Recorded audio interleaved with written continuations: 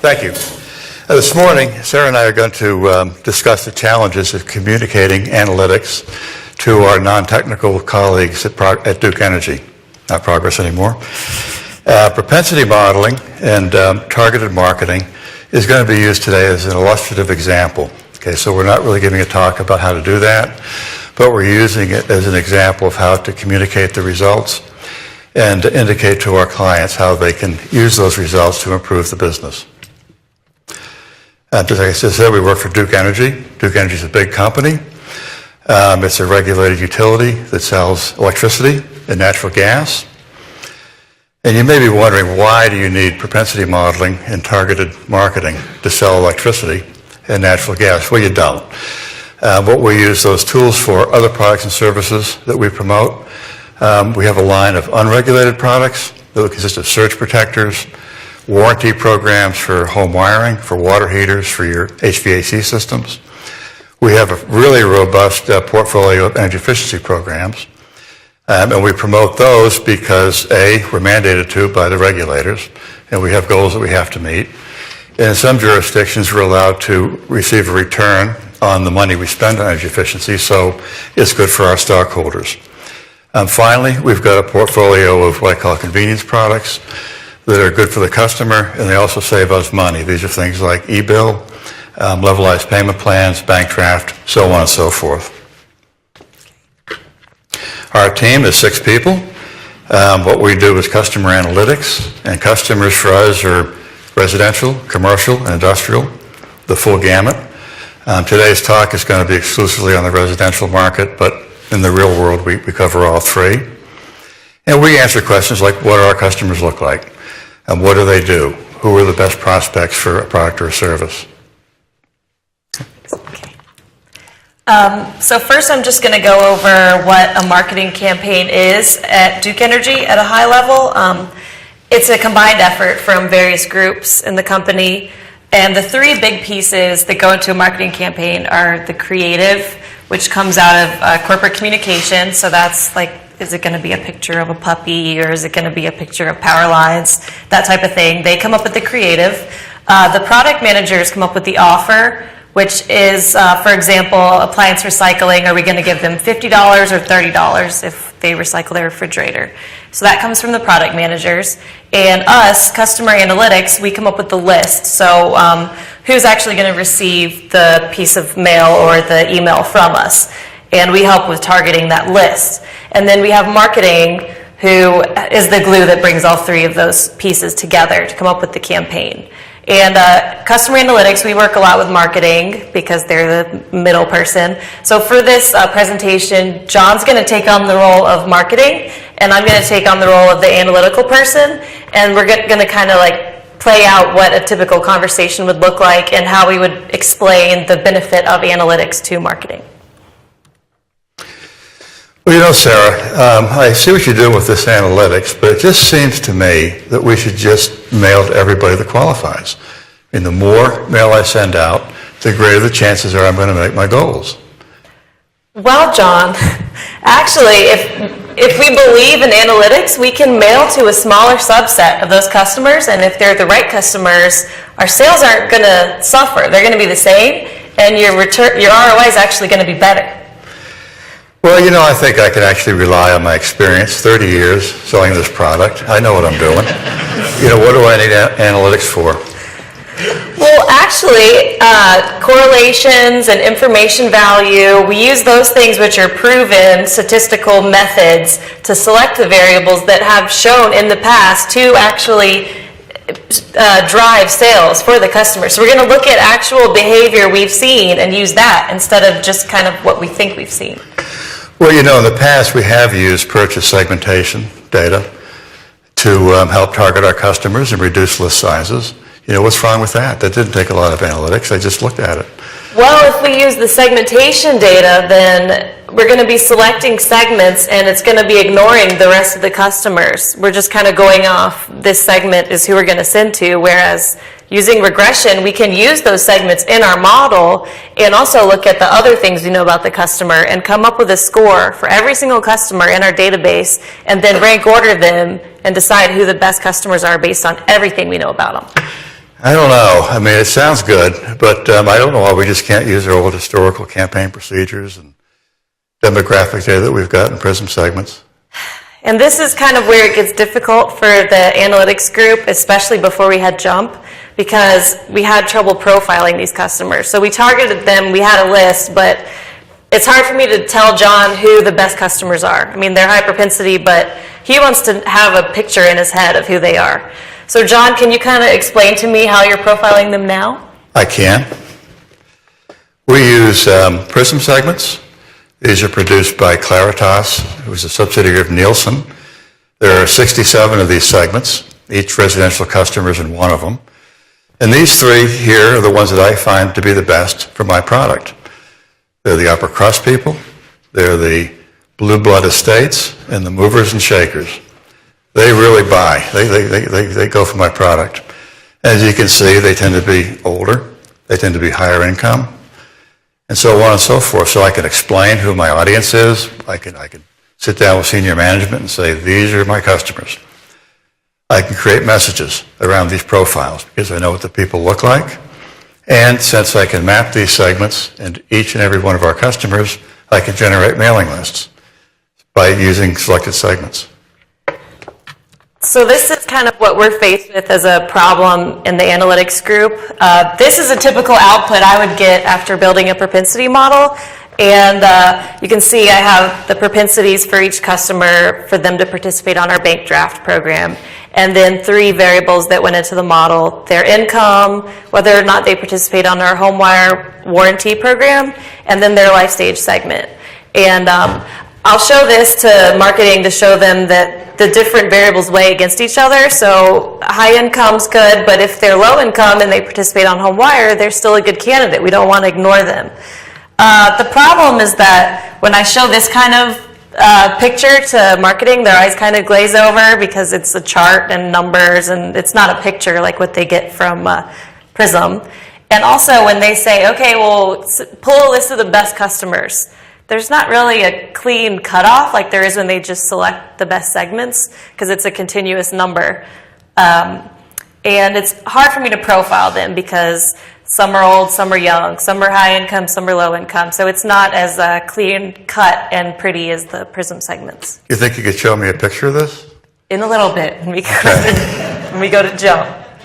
But I can explain to them that there is some benefit to predictive modeling. They're going to reduce their acquisition cost because they're sending out smaller campaigns, and that'll increase the response rate, which looks really good to your manager. He'll Yes, really like it does. that. I like that. And it'll also increase customer satisfaction because they're not going to be getting something in the mail every month from Duke Energy, and they're not going to be getting the same message for the same product they've declined to participate in over and over again. This also opens up the ability for portfolio marketing. So instead of sending to every customer who qualifies an email this month, we could send out 3 different emails to the best customers for each product and weigh them against each other.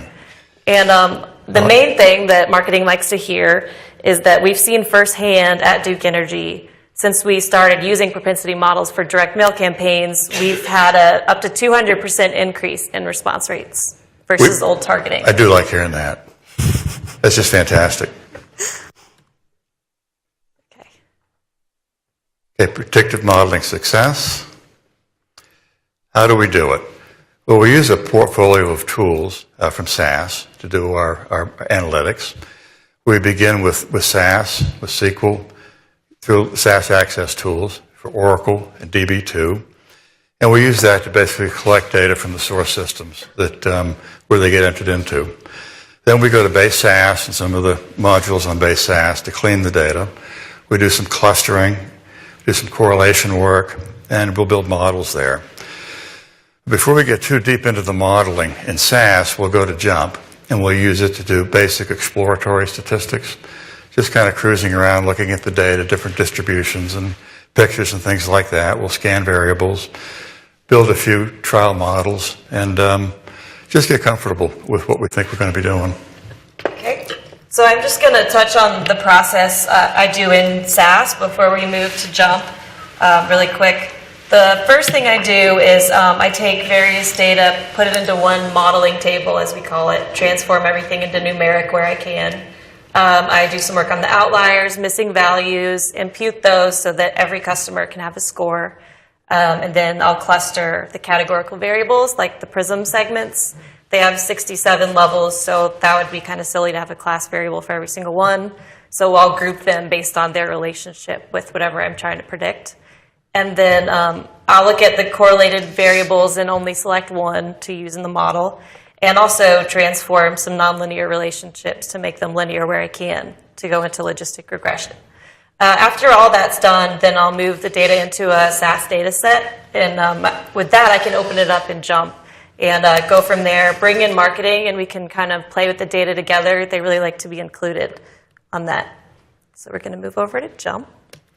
That's quite a process you have there, Sarah. I didn't realize there was so much work in getting to your models. It's really nice because before we had JUMP, it was kind of like the analysts would go off in their little bubble and do coding, and marketing had no idea what we were doing. It was a big mystery. So now we can kind of set aside some time and go through this together. Okay, so first we're going to do some quick profiling. And we're going to work on appliance recycling for this example. So this is the program where we'll pay the customer $50 and come to their house and pick up an old refrigerator that's still working so that we can take it off the grid and save some money. That way we get rebates from the commission for doing that. So there's a belief in the company that this program is really good for empty nesters because they had teenagers who were eating all this food, they had extra refrigerator, right. And now that the teenagers have moved out, they have that extra refrigerator that they can get rid of. So the first thing we're going to look at is the age. So you can see the top, those are the customers who have not participated on the program, and the bottom are the participants. And the average age skews a little bit higher than what we see in the whole population, and it's around 60, so that kind of goes along with what people have thought in the past, but it doesn't really look like anything significant. It's kind of maybe just because the average age of the whole population is around there. Yep, that sounds... And we can also look at income because there's a belief that higher income people are the best for this product because they have the money to afford an extra refrigerator. So wow. It kind of looks like there's not much of a difference between participants and non-participants as far as income goes. The distribution looks pretty similar. That's a really good picture. It does indicate to me that marketing by income is probably not a good idea. Or maybe we could use it, but there might be some other variables that would work together with it. Good point. So then I like to show marketing a distribution just of our population by the PRISM segments. Because those three that he really liked, I mean, that's them right there. Good grief. So you're ignoring so many customers. And this wow. bar right here, those are the non-matches. So PRISM, we send off our customer data and they append segments to it, but we only get that once a year. So as it gets further away from that date, this segment's going to grow as our customer base grows. And we don't want to ignore them. I mean... No, we don't. Okay, but with building a model... Especially with that many. They would have a score. And let's see what else I have here. I also did a distribution by life stage. So the purple, those are the young customers, and then blue is families, red is mature, X was non-matches, but it's very small. So non-participants are over here, participants are over here, and yeah, there are more mature customers on the program, but this purple section, those are the young customers, and that's still 22% of our participants. So we're not having any message catered to them. And remember, we're not targeting them at all. So they're just signing up on their own. That might be a really good untapped market. That's really interesting. I probably am leaving a lot of money on the table, aren't I, by excluding those people from my selected segments. We definitely could try doing something different to target them.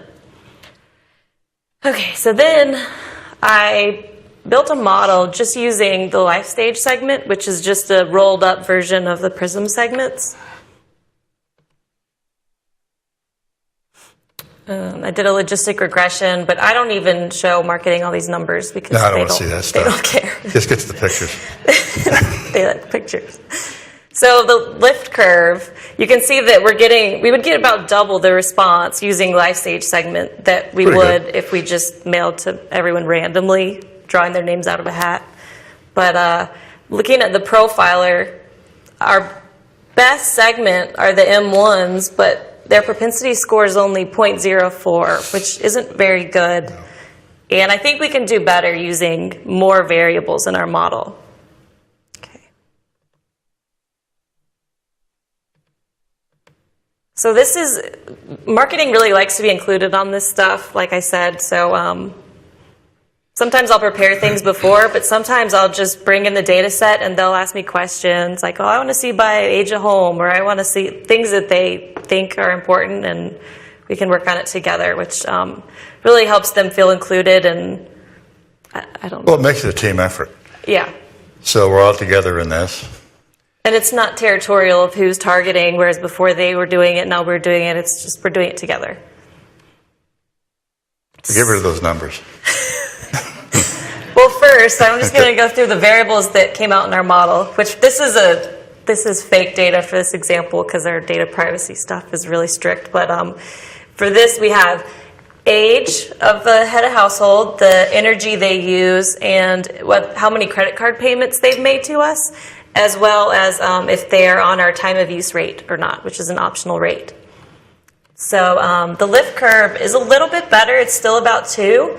But this profiler is really cool to help explain how these variables are working all together. So, John, if you look at the time of use rate, if they're on that, then they're going to be better customers. The top, those are the customers who we think are going to participate, Right. and the bottom are the bad customers. And if you look at credit card payments, if they've made a bunch of credit card payments, well, then age becomes not even important at all. And we were focusing a lot on age. Wow, that's interesting. Or we can look at those younger customers we were talking about over here in their 20s. Okay, so they become less likely to participate, right? Well, that's true when I slide it this way, but if they use more energy, Wow. then they are really good candidates. Better than if we had just looked at that age group we were honing in on. If we look at them, and if they don't use a lot of energy, well, they're not very good candidates, and we were mailing to them. So using multiple variables together, we can find the best customers for the program. Well, I can see that. I guess what you're showing me is the world is more complicated than I thought. And now we have tools that we can actually explore it on our own. We don't have to This is- buy segmentation data from third source parties. This is wonderful. Also, it's pretty cool in JUMP. Once I do this, I build a model that I like. I can go in here and save the probability formula. I've already done this before this presentation, but and it'll save the scores right into the data set for you. And then I created a new column, which is top customers, a 0 or 1 for if they have a high propensity score. And then I can show John who those high propensity customers are graphically. And I like to use a graph builder, but I pre-built some examples here. Oh, that's not the right graph. So looking at age, the majority of our customers are in that segment, but actually for this program, we're looking at much older customers than we were really thinking that are the high propensity. So we were thinking empty nesters, but maybe it's more customers who are moving out of their home to go to a nursing home, or people who passed away and they have appliances still in their house. So, Sarah, this picture says that the people that are around their 90s have the highest probability of signing up for my program. Is that what that says? Looking at age alone, Okay. which there's multiple variables. That's remember? right. Okay. And then looking at the year the home was built, I mean, this kind of makes sense. The non-participants are in the blue, and the non-high propensity are in the blue, and the high propensity is in the red. So the newer homes, those customers are probably not going to have a refrigerator if they're ready to recycle yet. So we can go through that together and talk about how we want to hone the creative for those high propensity customers.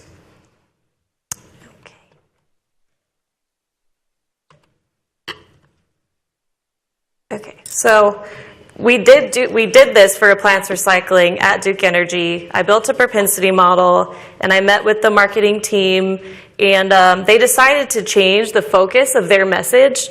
They used to focus on the empty nesters, like we talked about, but they wanted to do something for younger homeowners.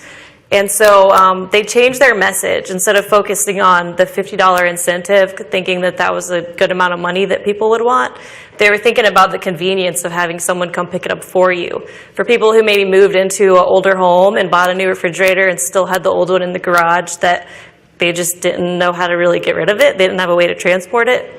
So we changed the message to free pickup. And in combination between the new message and the propensity modeling we got a doubled response rate to the direct mail, which has like never happened before at Duke Energy. And they exceeded their goals for the year, and they were under budget. So it was a really, really happy story. Yes, it was. Yes, it was. The analytics really has paid off big at Duke Energy. I don't know how much of it is going to persist as we do it over and over again, but right now it's well accepted in the marketing and sales group, and the results are clear. And Sarah's doing a great job in socializing it. Thanks. That's it. Thank you.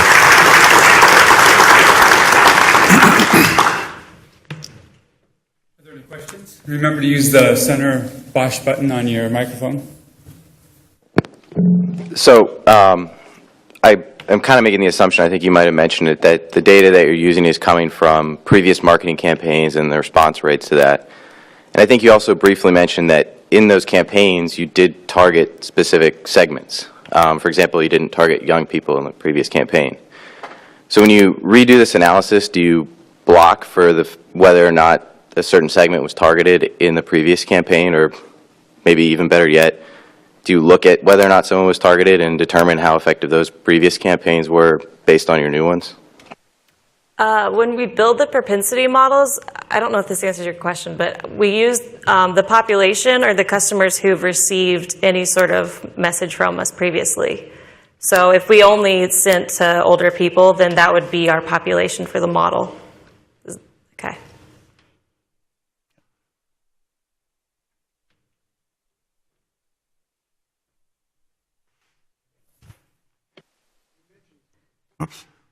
You mentioned briefly experimentation. Once you use a propensity score to lay out ranges of people that are likely to respond, if you consider doing different letters or whatever to different parts to see, what sells best to which people?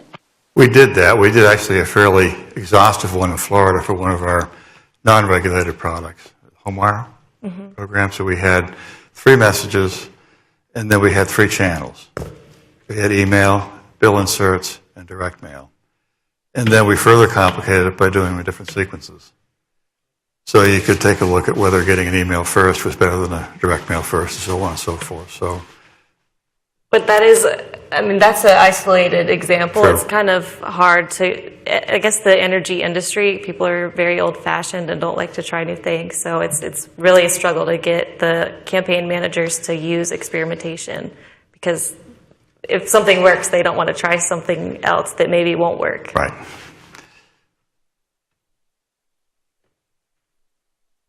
I have a question for you, actually. If there's no other questions from the audience. Building on Michael Schragg's talk from the other day about our quantified self and being our own chief metrics officers, in your abstract you talk about gaining the trust of your marketing customers. Do you have metrics for that trust, or are you looking forward to a way to continue to quantify your value to your customer? Well, no, we don't have metrics, honestly, and it's a good idea. Since we're analysts, it seems like we should. It's more getting back to where I was at the very beginning, gut feel. People trust us more, we're included more, sought after more. Yeah. But it's a good point. Maybe we should try to measure it. Great. All right, let's thank the speakers again.